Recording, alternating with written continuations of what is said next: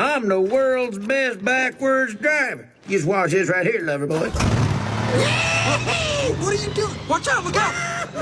Mater! Mater!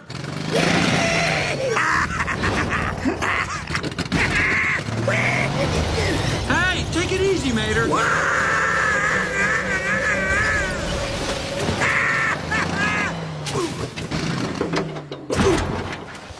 Just need to know where I've been. Whoa, that was incredible! How'd you do that? Rear view mirrors. Hey, that was great.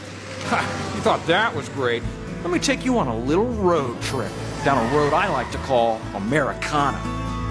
In this film, we've got great music and animation so real you'll feel every bump in the road. I love road movies.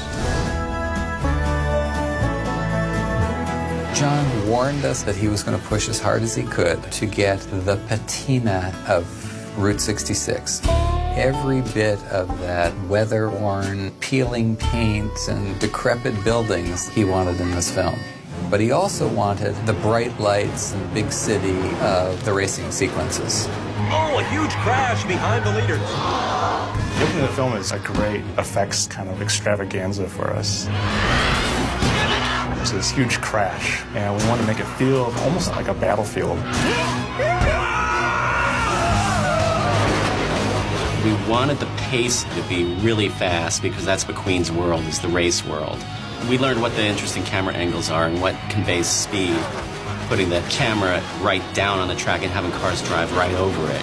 And having cameras swoop over the track, which they wouldn't allow in a real race. And once it got to flowing, you just flowed right with it, just as if you was actually at the racetrack. That's what I call racing right there. How great would it have been to see this place in its heyday? Oh, can't tell you how many times I've dreamed of that. But one of these days, we'll find a way to get it back on the map. One of the things that early on I started thinking about these old highway towns that have been bypassed by the interstate. I thought, well, we need to see this firsthand. We became connected with a guy named Michael Wallace, who wrote Route 66 and Mother Road, the definitive book on Route 66. And we fell in love with this guy. Look at that. It's the heart of old 66. My main contribution was to serve as sort of a guide, a Fremont, a pathfinder, to take these good boys and girls from Pixar and to expose them to my road. And they took it in great big bites. Silver Bullet, can you read me? What John wanted us to experience was the history. These small towns that once were thriving and what it would feel like to be bypassed. On first glance, it's just a road and it's kind of in disrepair, but then it opened your imagination up to this history. And that was the whole attitude that we tried to put into the film. I'll never forget the morning we walked up and there was Mater. This old rusted tow truck, it was just sitting right there. And I knew that was going to end up in the film, and by God, it did. You know, I once knew this girl, Doreen. Good-looking girl. Looked just like a Jaguar, only she was a truck. I think is we want to see how much paint is working. Our challenge was to take cars and make them feel natural as characters. So how do you get emotions out of these characters that have no arms and legs? You know, having this on here and having him acting everything, you're not going to go right there.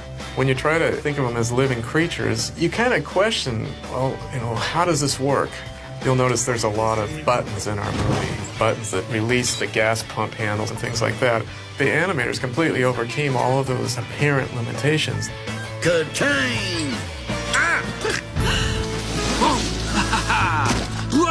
The sequence that always strikes me as being really fantastic is Drive with Sally.